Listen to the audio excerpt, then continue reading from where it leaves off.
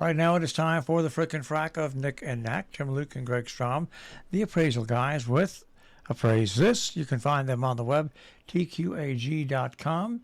And I think I only have Greg on the screen here. Good morning, Greg. Good morning. I see Tim's there. I hear I'm it. there. Well, Hello. it doesn't show your picture, Tim. Huh.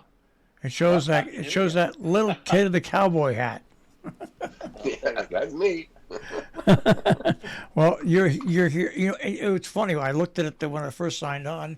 You were both there, and then I looked up and I only saw the little boy with the cowboy hat. But you're both here, and Greg, we got you on right off the bat. That's a major improvement. I guess 2023 is going to be a good year after all. Well, one can hope. I do have a couple of things to start off with, and one of them is very interesting. But we'll Tiffany get to it. Company is renowned What as is an American that? artisan. Of Yes, course, most there we go. Thank God. Theodore Roosevelt. Well, there's probably a lot of people out there who don't know who Theodore Roosevelt is. But anyways, his Smith & Wesson revolver, $1 million at an auction. Actually, $910,000. And the gun is over, of course, 100 years old. That's a lot of money for a gun. It's a Smith & Wesson single action revolver. The Rock Island Auction Company had it on their December auction. And they did have it valued at anywhere from $800,000 to $1.4 million. So they were actually right on mark. Yeah.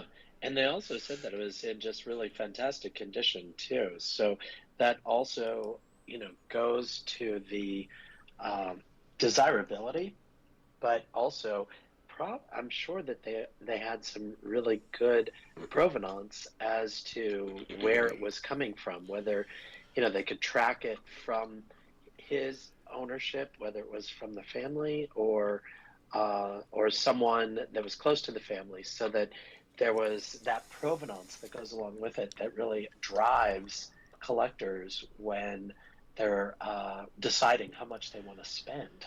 It was known as his night table gun. So obviously, He must have had a big night table. he was his own Secret Service agent. Right. You've seen the gun. You've seen the picture of the gun. Well, there haven't you? there was no such thing as small guns back then. Yeah. That was probably considered a small gun from a rifle. Well, Right. it is a really beautiful piece. I mean, just physically, it's a beautiful piece.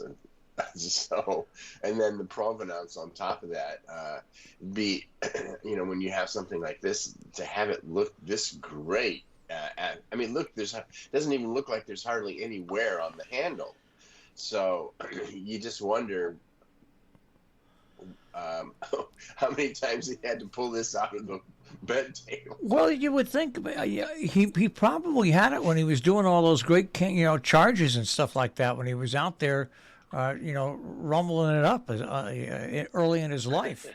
No, that's what I would figure, because he was that kind of guy, just a rough and tumble guy, and involved. Well, anyways, that's it. What I should have done is looked up what the record is for a weapon like this. Because $1 million is a lot of money, but I'm curious as to what some of because we've talked about these kind of weapons with this type of provenance in the past, like the one that shot President Lincoln, and there have been some other what's his name, the Apache, not Cochise, Sitting Bull. I'd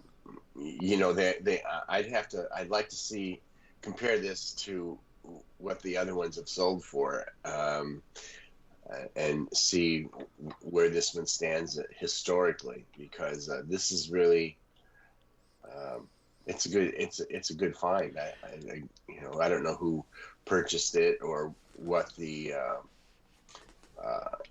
if $1 million included the buyer's premium. I'm sure it probably did if this is what they reported.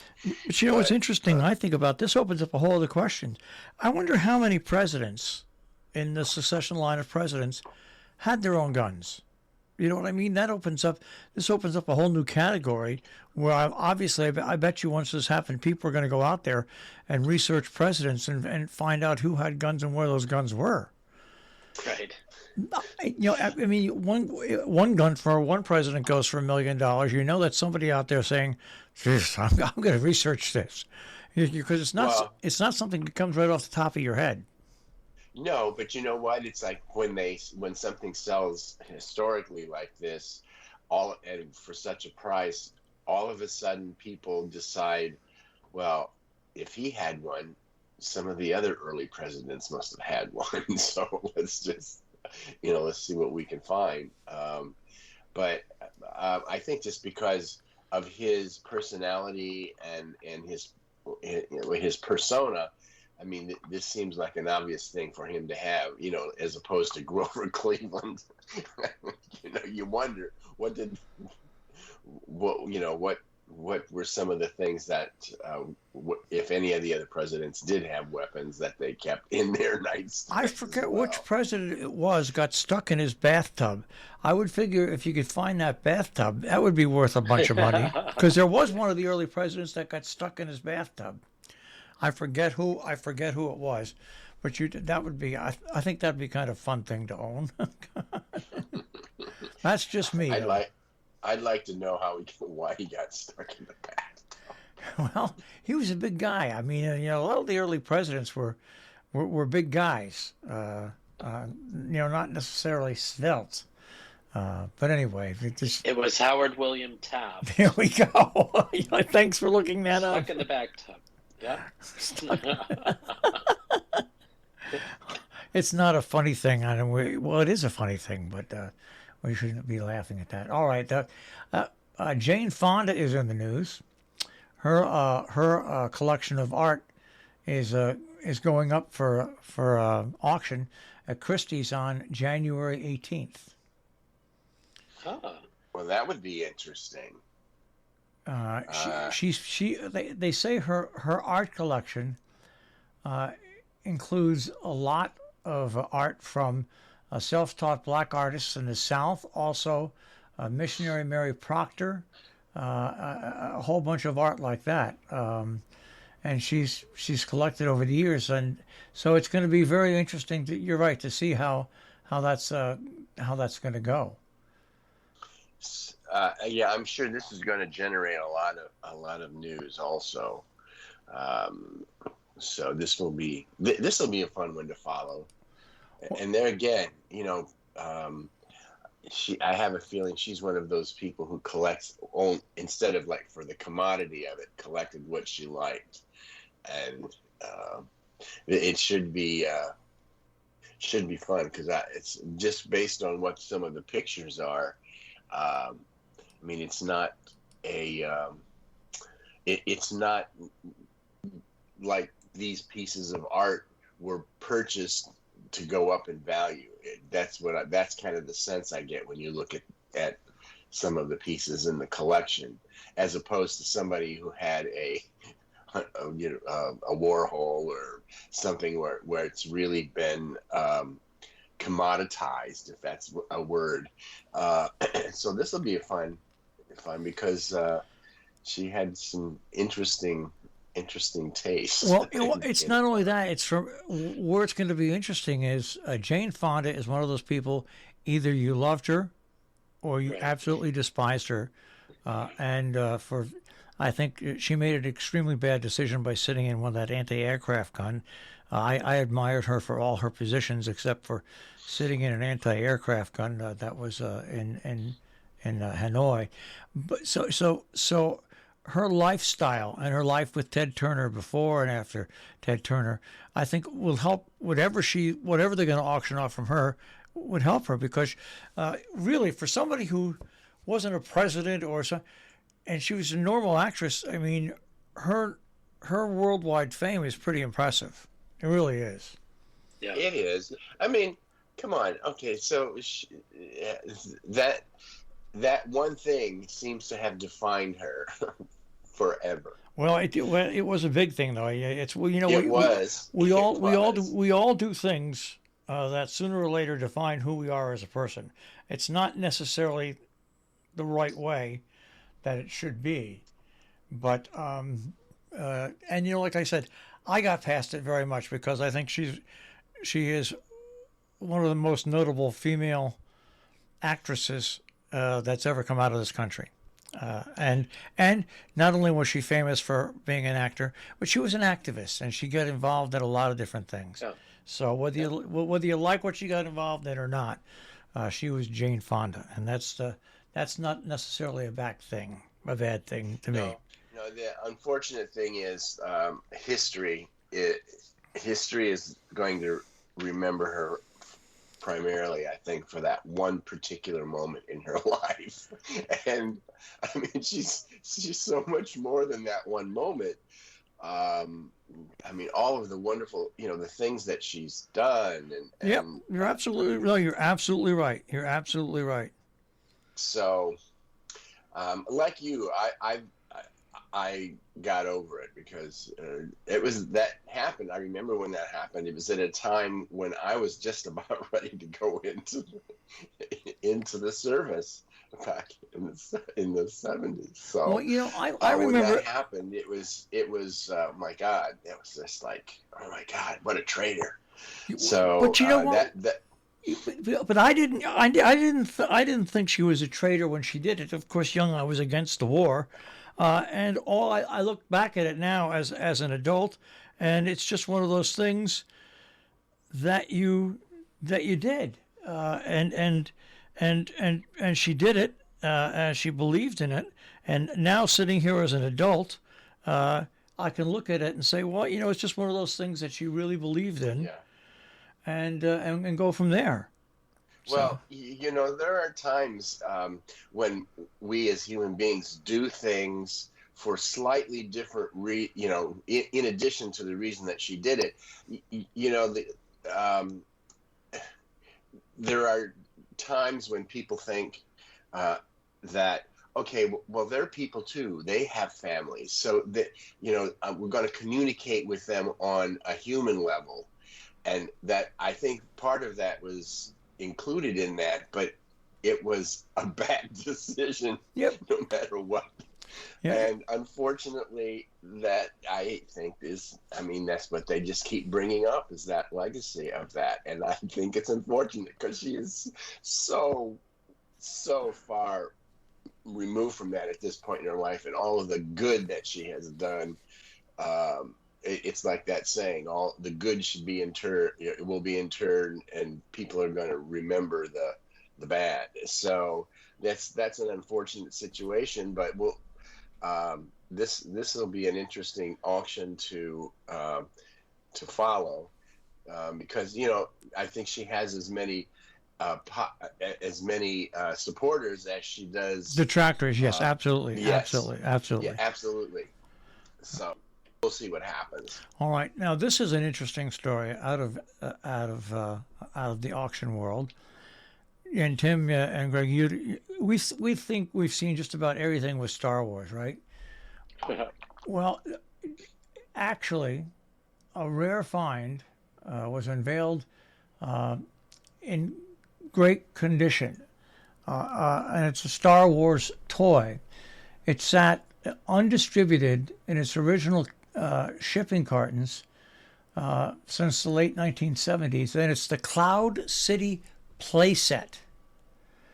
And I'm looking at a picture of this now, and even as a kid and a lover of Star Wars, I look at this and I say, it looks kind of goofy and cheap and terrible. Well, anyways, Murphy Auctions found this. It's 35 years or older, and it's actually sitting in the original, so it's never been opened. Huh. And wow. And that's one thing. That's all the provenance it needs. Right. It's never been opened, so any Star Wars collector is going to want it. And like I said, I'm looking at the picture of it now. and it doesn't look that impressive to me. But because it's Right. Star Wars, it is.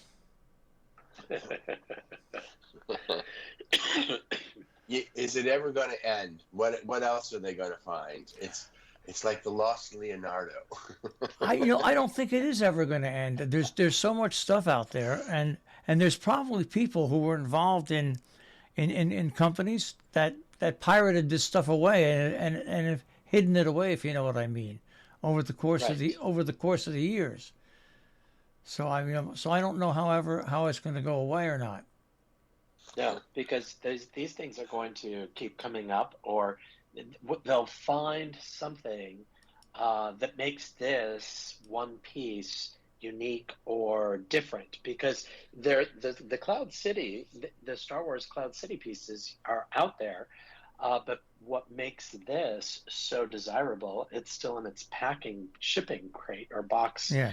the packaging. So that makes it very desirable because you know that it's never been played with, and that it's in pristine condition, just its factory, right out of the factory. So that's what's going to drive the price on that. That's for sure. No, there's. Well, Go I do on. have a question for you about that, Marshall. Though, where uh, it was in the original packing box with other, was it the other of the same thing? It was like an entire box of those that being No, shipped. no, it's a one, they call it a once in a lifetime find. It was just that one was in the shipping box. There's probably other stuff in that shipping box, but maybe this is just that one thing. They do call it a once in a lifetime find. So I don't, I have no idea, but I would think that indicates that it was the only one. It was the only one. Unless the person that found it is holding on to other ones, and will release Right. it as a Star Wars find later on.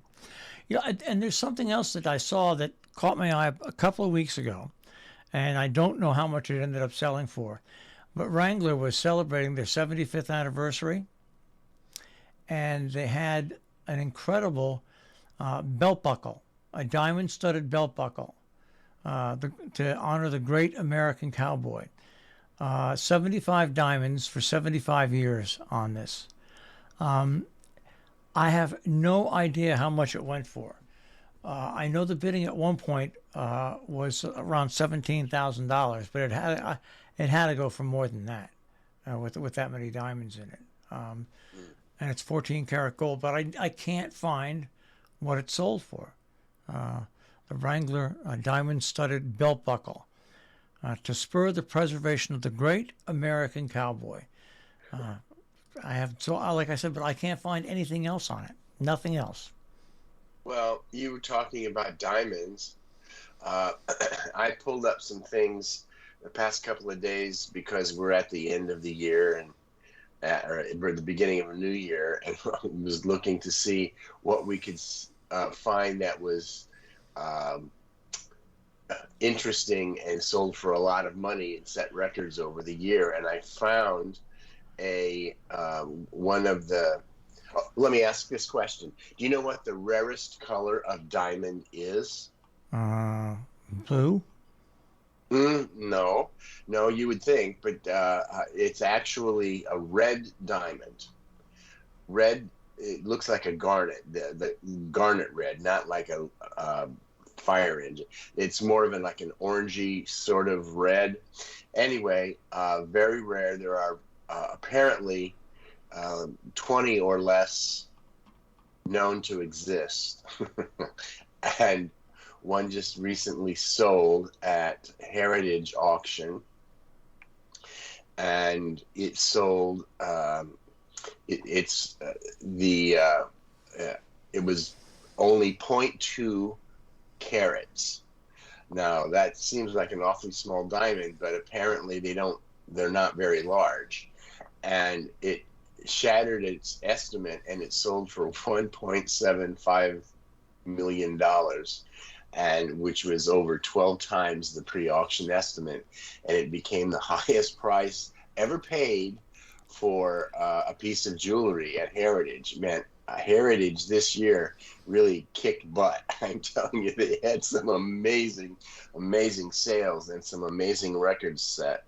And that was one of them. And if you get a chance, just type in fancy orange red diamond, and you'll see what it doesn't even look like a diamond. It's so red.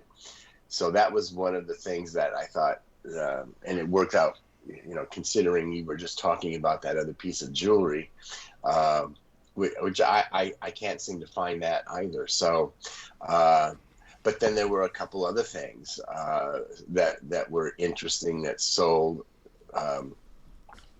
But the piece of jewelry, that was one thing that was really the highlight. But just in general, what the auction houses, the top auction houses sold this year. Oh my God! It's like the economy of an entire country. It seems like because they finished the year at over $1 billion in auction sales, not unlike Christie's and Sotheby's. And 10 years ago, that would have been unheard of for Heritage. And Heritage over the past decade has really upped their game in particular, because, as you know, they were mostly known for stamps, some collectibles, but primarily coins. That was their bread and butter. It still is, but now they've branched out to all different areas, and they have set a number of records, even in jewelry, which seems odd for somebody that sells sports cards. But they really kudos to them, because they really stepped up their game over the past couple of years. Okay. So there were some fun things this year. And wrapping up the whole year, what piece of art sold for the most at auction last year?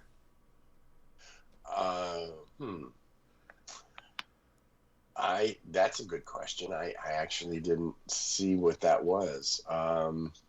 It's It's somebody. got to be the Andy Warhol. Bingo. Andy Yeah. Warhol's Maryland. Blue The Maryland. Blue Maryland, Yeah. $195 million. Right. That's yeah. Pretty significant. Well, yeah. And that's just the beginning. It's not going to stop there. You know that. Well, I'm looking at the list, and I'll go down here. I mean, number 10 on the list wasn't too bad either. I mean, let me go down here to number 10. Here it is.